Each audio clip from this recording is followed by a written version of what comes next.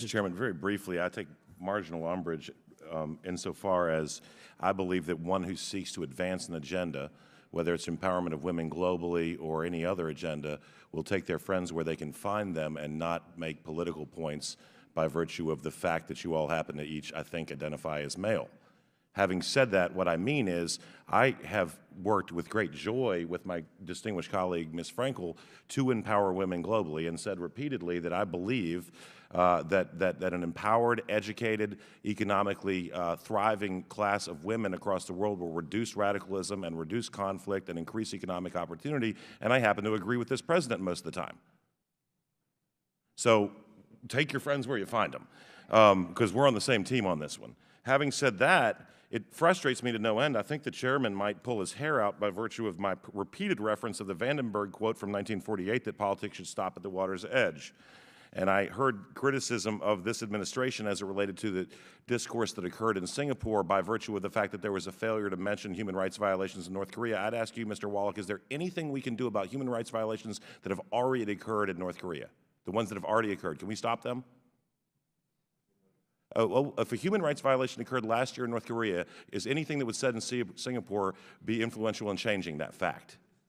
That's an obvious question and answer. I don't know the answer to that. Well, I think probably if it's already occurred, unless we have a time machine about which you know and I don't, it can't be changed, right? But can we do anything to change human rights violations in North Korea moving forward, those human rights violations that have not yet occurred? Mr. Twinning? Yes, you know, I'd say if this negotiating process leads to a more open North Korea, that creates all sorts of new opportunities. Having said that, let me ask you the same question. Can we change human rights violations that have already occurred? Is that possible in the world in which we live? Sir. Okay, and so let me ask you this. If I may, Congressman? Well, I have a finite amount of time. I won't get extra time because I'm a new guy and I'm about to be out of here in January of 19. So, Mr. Gershman, with all due respect, I'll get to you in a second. I have a good friend who I've worked with a number of months back when I was in a different mode, who's in the military in South Korea, and I was excited at the prospect of a détente, if you will, with the North Koreans. I would argue, or to ask Mr. Gershman, is the probability of kinetic armed conflict on the Korean Peninsula lower or higher in your estimation than it was in December of 2016, today, right now?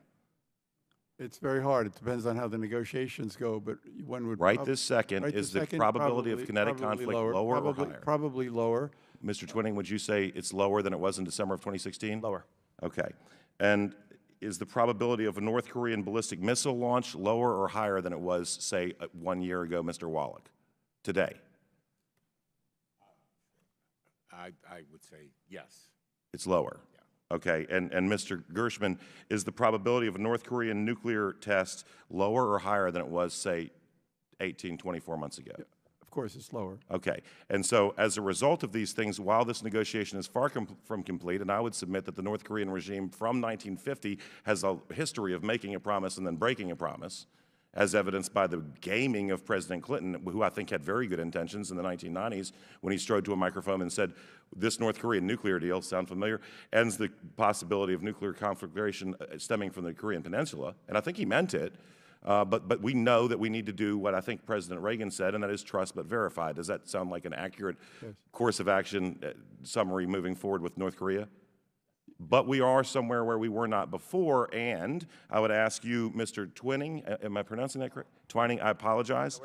Do you believe that it undermines U.S. foreign policy as it relates to the Article II powers of the executive branch to engage in foreign policy, treaties, et cetera, when there are 435 critics in the House and 100 critics in the Senate who immediately go contra, in some instances reflexively, to whatever comes from the executive branch? Do you think that might undermine the credibility and the negotiating power of the executive branch? I mean, Congress is going to have to do sanctions relief and fund assistance to North Korea if that comes. I worked in the 90s for John McCain, and we were trying to defund the keto framework because we knew North Korea was cheating. So there is a congressional role. And so we have an ability, I would close with, and a responsibility that I think this committee generally across the aisle does a good job with, to be a check on executive power by virtue of speaking when we are in disagreement. However, the reflexive disagreement with an administration whose near-term goals may seem antithetical to our long-term goals may in fact undermine the accomplishment of the collective long-term goal, which I would argue in the case of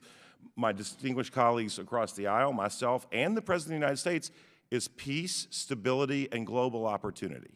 That the path we choose from point A to point B may vary, but that our overarching goal is very similar. So with that, I see that my time's expired. I thank the chairman and the distinguished members of the committee and conclude my remarks.